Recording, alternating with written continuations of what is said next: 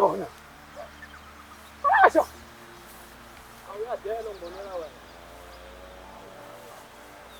Imisele bo lensizwa. Hayi, soke sizwe.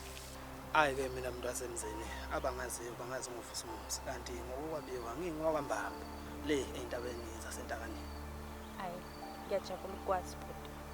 Ewu dela inhliziyo yami ngifakazele emehlami kulokho engibonayo lapha phambi kwami. Ngabe insizwa yako Mbambo ichaza ukuthini ngalamazwi?